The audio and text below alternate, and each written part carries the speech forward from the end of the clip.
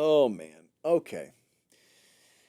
Oregon had a field goal as time expired to beat Boise yesterday, 37-34. We have Sadlock stats. Sadlock stats are something like this. Boise doubled up Oregon in rushing.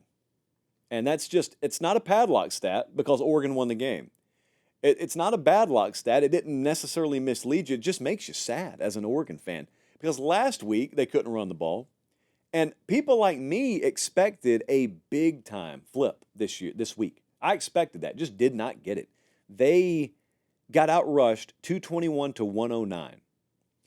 And it was on about the same amount of carries, too. 6.7 yards per carry versus 3 yards per carry. So Boise, I mean, granted, they may have the best tailback in the country. They outrush him, but I don't care what their guy did. Your guys didn't do. That's really what I'm more focused on here.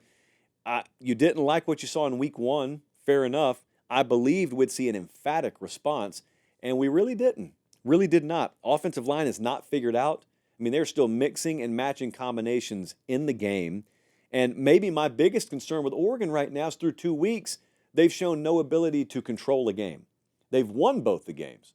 But the state of Idaho is out of teams to send you to play now. You played Idaho, you played Boise State. Eventually, you're going to hop into games against better competition. That doesn't mean Oregon couldn't figure things out. It just means they better figure things out. There are way too many negative plays with this offense. They had 7 sacks through 2 games. They had 5 in each of the last 2 seasons. So through 2 games, Gabriel's already been sacked more than they were the entire season, each of the last 2 seasons. They had 9 penalties last night. They had 8 the week before. They can't sustain drives that way. They can't run the ball, and they're continually putting themselves behind the chains. They can't sustain drives. Their scoring plays were 34 yards, 59 yards. They had a punt return for a touchdown, and they had a 69-yard pass that set up a 1-yard score. That's how they're having to score right now. That's good that you can score via explosive play. Here's the problem. When you face a good defense and you're still mistake-prone, the mistakes will still show up. Those explosive plays probably won't be there.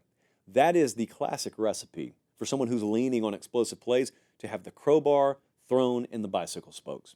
There is a world where if Oregon doesn't get this straightened out, they get shut down when they play Ohio State. Point blank.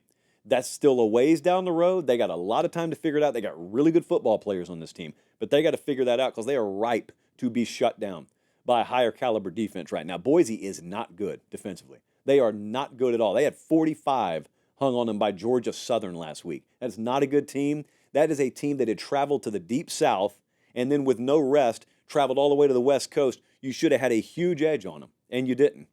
Defense is good, though. It's a kind of a misleading number there because of the turnovers. Oregon's defense is playing okay. They got to get that offensive line right.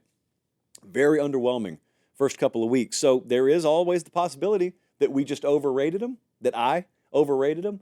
I still don't think so. Still think there's a much different gear that team's capable of hitting. Just hadn't hit it through 2 weeks.